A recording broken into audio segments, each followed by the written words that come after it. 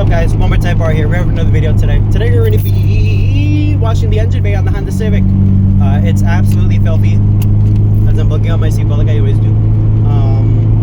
And it's a laundry day, so we're going to go clean the engine bay. I'm going to show you the products that I use, the brushes that I use, and I'm just going to go ahead and just clean very slowly around the engine. And I'll definitely show you all those things. I just wanted to make this intro video first of the before and then the after, and then we'll call it a video. Hope you guys enjoy this.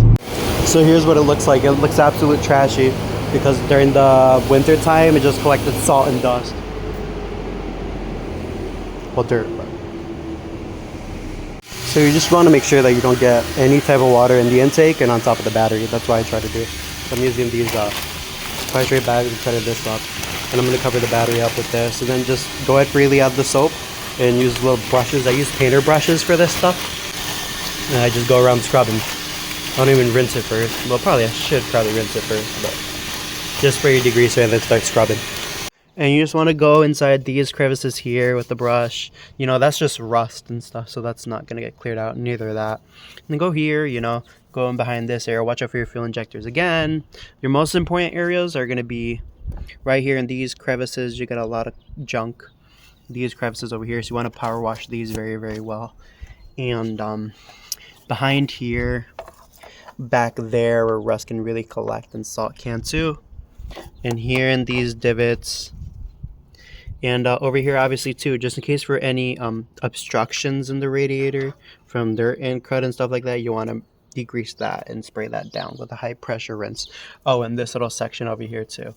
You're going to let the degreaser sit for maybe about like a minute or so before you start rinsing. So what I do is I spray liberally the degreaser on everything except the intake and the battery and the alternator. So you will mess up electronics doing that. Spray it liberally, you know, and then let it sit for a bit so that the degreaser can't work. And then you start scrubbing all over the place. You can either do it in circular motions or back and forth motions. That's what worked out for me. Then a high pressure rinse. Then you want to do it one more time again to really make sure everything is cleaned. High pressure rinse. And then apply your tire shine to everything else. So this is after. So wheel cleaner, and then this is hot, so it'll clean everything very, very nicely too. That's why it's all smoking right now. But now I'm just going to dry.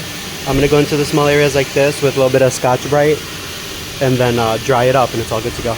I almost forgot this. You want to use their dryer if they have one, and just make sure before you start anything, just go in between the crevices where the sensors are. Don't get too close because it does have a lot of pressure. And make sure your sensors are dry.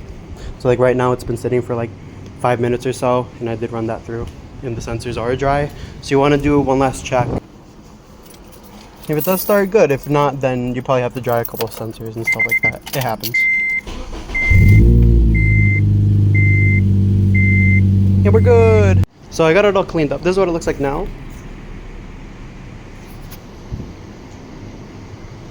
Pretty damn good job. But what I'm going to do, just for little touch-up areas, I realized in some areas, for an example, on this corner right here, it was all greased up with stuff. So I just used a little bit of Scotch-Brite on that.